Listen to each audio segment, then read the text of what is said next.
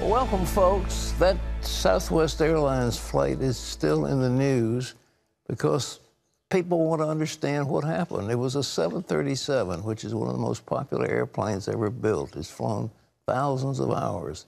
And suddenly an engine explodes, and the counting does not catch the parts, and the parts slam into a side of the plane and into the window, and a woman is dead.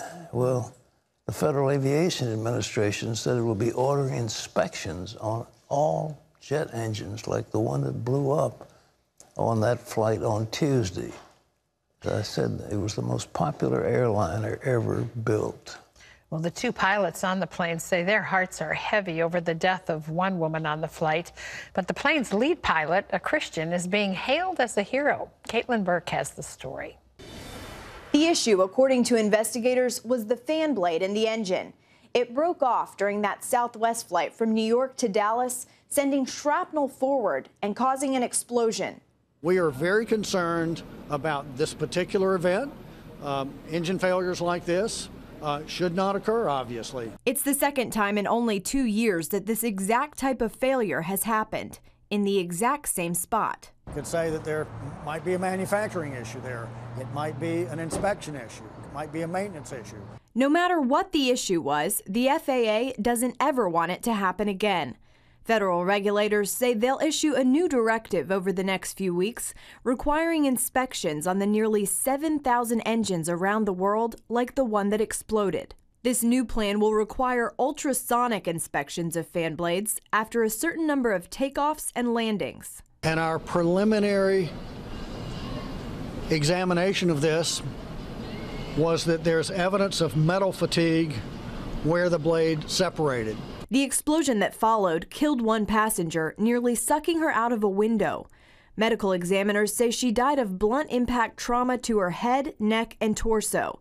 Investigators are now working to understand how the window came out of the plane. Our experts have been documenting the window frame area to understand how the window came out. And I want to note that we have found no window materials, the acrylic that the window panes are made of. We found really no acrylic inside the airplane. Some passengers thanked God for their survival, one saying, quote, "God sent his angels to watch over us." Pilot Tammy Jo Schultz was hailed as a hero. She calmly and skillfully landed the damaged plane in Philadelphia. Schultz, a former U.S. Navy fighter pilot, is a Christian. She said once that sitting in the captain's chair gives her the opportunity to witness for Christ on almost every flight. One passenger said she had nerves of steel. Caitlin Burke, CBN News. Well, it's a tragedy, but we salute that pilot. She is just magnificent. One of the first, if not the only, woman to fly in combat in an F-18 fighter plane. So she's quite a cool cucumber, and that's the kind of person you want in the cockpit when something goes wrong, because, you know, you do the wrong thing, and we've had that happen before where they push the wrong button or they slow down when they should speed up and so forth, and it can result in a real tragedy. Well, in other news, President Trump says if his upcoming summit with Kim Jong-un of North Korea isn't working, he'll walk out. John Jessup has that. Thanks, Pat. The president says he's optimistic about the summit, but made clear he's ready to pull the plug if he doesn't think it's getting anything accomplished. If I think that it's a meeting that is not going to be fruitful, we're not going to go. If the meeting, when I'm there, is not fruitful, I will respectfully leave the meeting. Speaking alongside Japanese Prime Minister Shinzo Abe, Trump also said the U.S. will keep up its campaign of tough economic sanctions until North Korea gives up its nuclear program. CIA Director Mike Pompeo secretly met with Kim to lay the groundwork for the meeting. Pompeo currently faces a tough confirmation battle in the Senate as Trump's nominee to be Secretary of State, where he'll have to overcome opposition from the Democrats. And Pat, Trump is also hoping that Senator Paul, switches his vote from a no to a yes. Mike Pompeo is a brilliant man. He has run a private business. He has been a member of Congress. He's a decorated veteran, and he's an ideal choice for Secretary of State. For the Democrats to think that they can deprive the president of a Secretary of State is just outrageous. There was an article today mentioning how many votes had been cast for other nominees, and they're almost unanimous. A president has a right to have his own team, and for the Democrats to think that our country can prosper when the executive team is not in place is just insanity. And for Rand Paul, if it's down to a close vote, his vote might be important.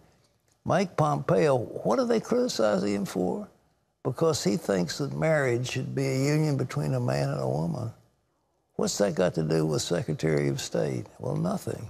But the Democrats don't like it, and so they're opposing him on matters such as this. And I'm not sure Rand Paul is going back to the Iraq War and digging up stuff that really is not significant.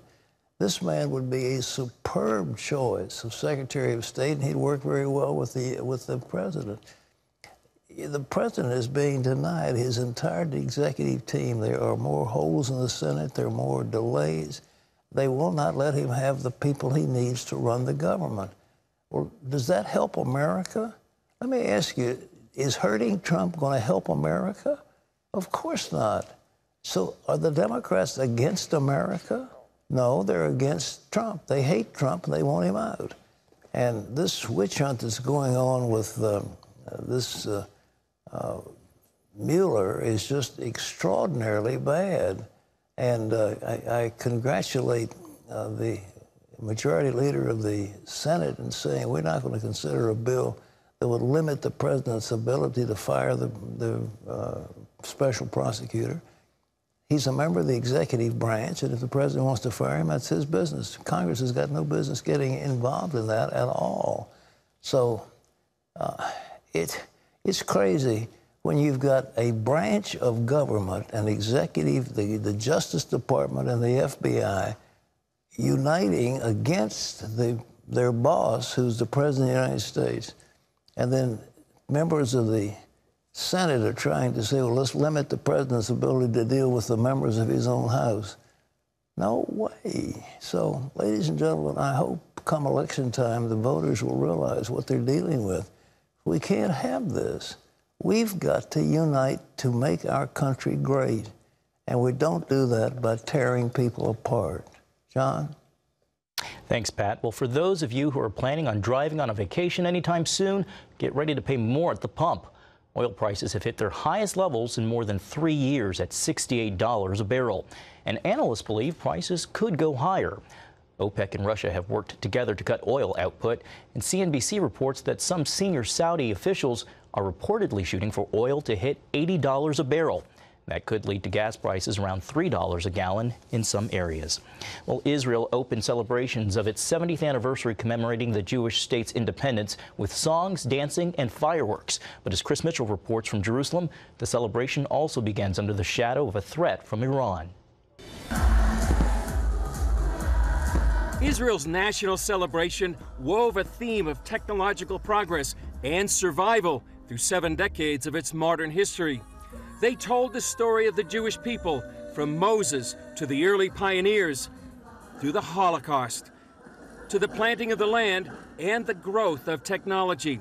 They said the rebirth of their nation was where prophecy became their reality and the answer to their prayers.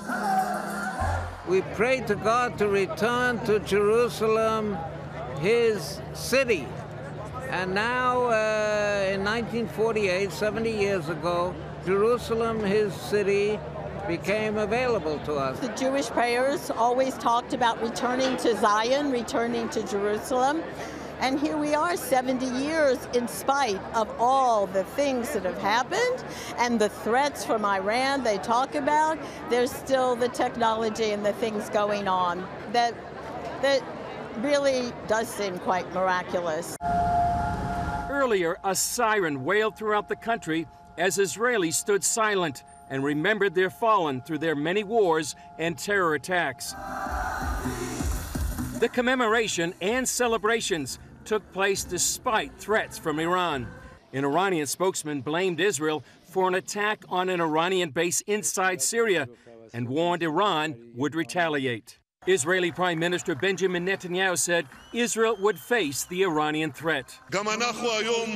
Today also, we are not deterred from the struggle against those who strive to annihilate us, because we know how to defend ourselves with our own forces, which is the essence of independence. Netanyahu also thanked President Trump and America. We all appreciate the strong alliance with the United States. We all welcome President Donald Trump's historic decision to recognize Jerusalem as our capital and to transfer the embassy of the strongest power in the world to it. Thank you, Mr. President. Thank you, America. The celebration ended with a rendition of the song Hallelujah, for the things that were and the things to come. Chris Mitchell, CBN News, Jerusalem. It looks like they're having a great time celebrating 70 years of the modern state of Israel. They should, and it's a fulfillment of biblical prophecy, and we applaud that because it's good for the world. It's good for all of us. And when the righteous are prospering, the people rejoice. And so when Israel prospers, we rejoice.